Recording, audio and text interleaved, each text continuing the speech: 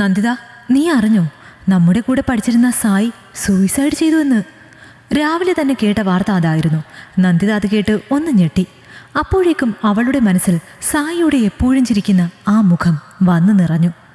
നിങ്ങൾ തമ്മിൽ വലിയ കൂട്ടായിരുന്നല്ലേ, കാണാൻ പോകുന്നില്ലേ എന്ന് മേഘ ചോദിച്ചപ്പോഴാണ് അതിനെക്കുറിച്ച് ചിന്തിച്ചത്.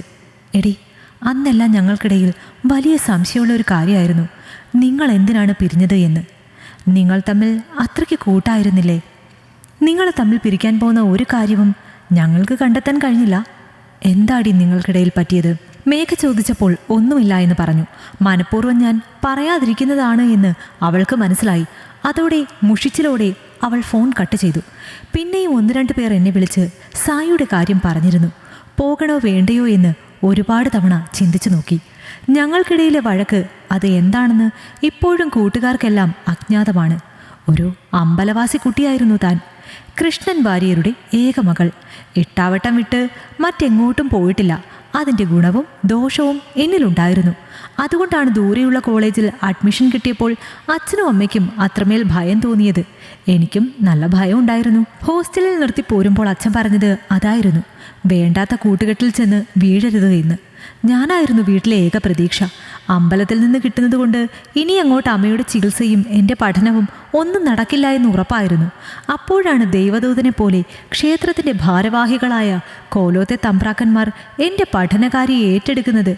ഹോസ്റ്റൽ ജീവിതം തികച്ചും വ്യത്യസ്തമാണ് എന്നറിയാം. ജീവിച്ചു വളർന്ന ചുറ്റുപാടല്ല ഇനി അങ്ങോട്ട് എന്ന തിരിച്ചറിവ് എന്നെയും അമ്മയെയും അച്ഛനെയും ഒരുപോലെ ഭയപ്പെടുത്തിയിരുന്നു.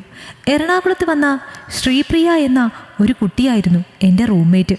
മറ്റൊരു കുട്ടിയോടെയുണ്ട് എന്ന് പറഞ്ഞിരുന്നു. എങ്കിലും അവൾ 2 ദിവസം കഴിഞ്ഞേ വരൂ എന്ന് അറിഞ്ഞു. ശ്രീപ്രിയ എന്നെപ്പോലെ തന്നെ വീട് വിട്ടു നിൽക്കാൻ ഒത്തിരി ഭയമുള്ള ഒരു പെൺകുട്ടിയാണ്. അച്ഛൻ അവളെയാണ് എൻ്റെ കാര്യങ്ങളെല്ലാം ഏൽപ്പിച്ചത്. അവൾക്ക് അച്ഛനില്ല, അമ്മ മാത്രമേ ഉള്ളൂ. അവളുടെ അമ്മ അവളുടെ കാര്യം എന്നെയും ഏൽപ്പിച്ചു. നല്ലൊരു കൂട്ട് കിട്ടിയതിൻ്റെ സന്തോഷത്തിലായിരുന്നു താൻ. 3 ദിവസം കഴിഞ്ഞാണ് ഞാൻ അവളെ ആദ്യമായി കാണുന്നത്. സായ. ഒറ്റ വാക്കിൽ പറഞ്ഞാൽ പൊട്ടിത്തെറിച്ച ഒരു പെണ്ണ്. അവളുടെ വേഷവും പ്രവൃത്തിയുമെല്ലാം ഞങ്ങൾ 2 പേരിൽ നിന്ന് തീർത്തും വ്യത്യസ്തമായിരുന്നു. വെട്ടൊന്ന് മുറി 2 എന്ന സ്വഭാവക്കാരിയായിരുന്നു അവൾ. എങ്കിലും അവൾക്ക് വല്ലാത്ത ഒരിഷ്ടം ഞങ്ങളോടുണ്ടായിരുന്നു. സീനിയേഴ്സ് റാഗ് ചെയ്യാൻ വന്നപ്പോഴും മറ്റു പല പ്രശ്നങ്ങളിലും അവൾ ഞങ്ങളെ സംരക്ഷിച്ചു പിടിച്ചു. ഒരു കൂട്ടുകാരി എന്നതിലുപരി ശരിക്കും അവൾ ഞങ്ങൾക്ക് അവിടെ ഒരു രക്ഷകർത്താവായിരുന്നു. ശ്രീപ്രിയയേക്കാൾ പിന്നീട് സായിയുമായി ഞാൻ അടുത്തു. സായിക്കും അങ്ങനെ തന്നെയായിരുന്നു. എന്നാൽ എല്ലാം മാറി മറിഞ്ഞത് ഒരു ദിവസമാണ്. അന്ന് ആരോടും പറയാതെ അവൾ കോളേജിൽ നിന്ന് മുങ്ങി. അത് പതിവുള്ളത് കൊണ്ട് ഞാനും ശ്രീപ്രിയയും അത്ര കാര്യമാക്കിയില്ല. അന്ന് വൈകിട്ട് ശ്രീപ്രിയ അവളുടെ നാട്ടിലേക്ക് പോയി. റൂമിൽ ഞാൻ മാത്രമായിരുന്നു. അന്ന് സായ ഇനി വരവുണ്ടാവില്ല എന്ന് ഞാൻ കരുതി. പക്ഷെ അന്ന് ഹോസ്റ്റലിൻ്റെ മതിൽ ചാടി അവൾ രാത്രി റൂമിലെത്തിയിരുന്നു. ശ്രീപ്രിയ നാട്ടിലേക്ക് പോയത് അപ്പോഴാണ് അവൾ അറിഞ്ഞത്. നന്ദു, എനിക്ക് നിന്നോടൊരു കാര്യം പറയാനുണ്ട്. സായി പറഞ്ഞപ്പോൾ ഞാൻ അത്ഭുതപ്പെട്ടു. ഞങ്ങളോട് ഇങ്ങനെയൊരു മുഖപുര ഇട്ടിട്ടൊന്നും പറയുന്ന ശീലം ഇവൾക്കുണ്ടായിരുന്നില്ല. ഇതിപ്പോൾ എന്തു പറ്റിയെന്ന് ഞാൻ ചിന്തിച്ചു. നിനക്ക് എന്തും എന്നോട് പറയാമല്ലോ, പിന്നെ എന്താ എന്ന് ചോദിച്ചപ്പോൾ കുറച്ചു നേരം അവൾ മിണ്ടാതെയിരുന്നു. അതോടെ സംഗതി എന്തോ സീരിയസ് ആണ് എന്ന് എനിക്ക് മനസ്സിലായി. എന്തും പറഞ്ഞോളാൻ പറഞ്ഞപ്പോഴാണ് ഒരു കുമ്പസാരം പോലെ അവൾ അതെന്നോട് പറഞ്ഞത്. അവളൊരു ഹോമോസെക്ഷലാണ്. അവൾക്ക് എന്നോട് മാത്രമാണ് അട്രാക്ഷൻ തോന്നുന്നത്. അതെന്നോട് തുറന്നു പറഞ്ഞാലുള്ള സൗഹൃദം പോലും നഷ്ടപ്പെടുമോ എന്ന് ഭയമായിരുന്നു അവൾക്ക്. സത്യമാണ് നന്ദു, എനിക്ക് നിന്നോട് ഒരുപാട് ഇഷ്ടമാണ്. നീ എപ്പോഴും എൻ്റെ കൂടെ വേണം എന്നൊരു തോന്നലാണ്. ഒരുപാട് ഞാൻ എന്നെ സ്വയം നിയന്ത്രിക്കാൻ ശ്രമിച്ചു, പക്ഷെ എന്നെക്കൊണ്ട് കഴിയുന്നില്ല. നിൻ്റെ മുന്നിൽ വരാതിരിക്കാൻ ശ്രമിച്ചു നോക്കി. പക്ഷേ ഇന്ന് രാത്രി നിന്നെ കണ്ടില്ലെങ്കിൽ ഞാൻ മരിച്ചു പോകൂ എന്ന് പോലും എനിക്ക് തോന്നി. കുറേ കുടിച്ചു നോക്കി, എന്നിട്ടും മനസ്സ് കൂടുതൽ നിന്നിലേക്ക് ചായുകയാണ്. നീ ഇല്ലാണ്ട് എനിക്ക് പറ്റുന്നില്ല. അവൾ പറഞ്ഞത് മറ്റൊരു ലോകത്തിൽ നിന്ന് എന്നതുപോലെയാണ് ഞാൻ കേട്ടത്.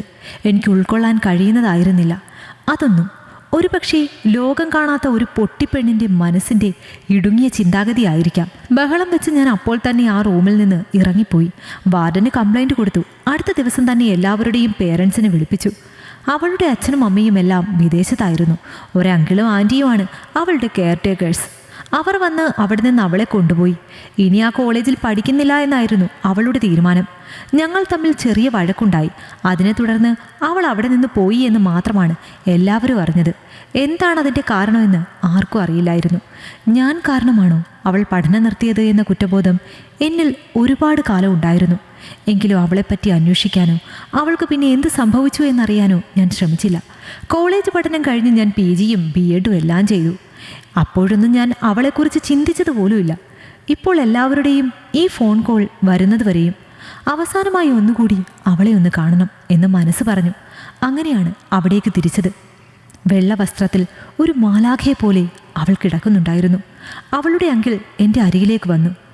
അന്ന് ഹോസ്റ്റലിൽ നിന്ന് അവൾ പോന്നതിനു ശേഷം വല്ലാത്ത ഡിപ്രഷൻ മൂഡിലായിരുന്നു. കുറേ ചികിത്സിച്ചു. പിന്നെ ഒരു മുറിയുടെ ഉള്ളിൽ കുറേ വർഷങ്ങൾ.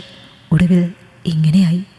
എനിക്കൊരു ലെറ്റർ തന്നിട്ട് അവൾ അവസാനമായി എഴുതിയതാണ് എന്ന് പറഞ്ഞു. എനിക്കെന്തോ അത് കേട്ടപ്പോൾ വല്ലാത്ത കുറ്റബോധം തോന്നി. ലെറ്റർ നിവർത്തിയപ്പോൾ അതിൽ മാപ്പ് എന്ന് എഴുതിയിരുന്നു. സത്യത്തിൽ ആരാണ് തെറ്റ് ചെയ്തത്, ആർക്കാണ് മാപ്പ് കൊടുക്കേണ്ടത് എന്നറിയാതെ ഞാനും അവിടെ തന്നെ നിന്നു. അപ്പോഴും അവളുടെ മുഖത്തേക്ക് നോക്കിയപ്പോൾ എന്തൊക്കെയോ എന്നോട് പറയാനുള്ളത് പോലെ തോന്നിയിരുന്നു എനിക്ക്. ഈ കഥ നിങ്ങൾക്കിഷ്ടമായെങ്കിൽ ലൈക്ക് ചെയ്യൂ. നിങ്ങളുടെ അഭിപ്രായങ്ങൾ കമന്റായി രേഖപ്പെടുത്തൂ. കൂടുതൽ കഥകൾ കേൾക്കാൻ ഈ ചാനൽ സബ്സ്ക്രൈബ് ചെയ്യൂ.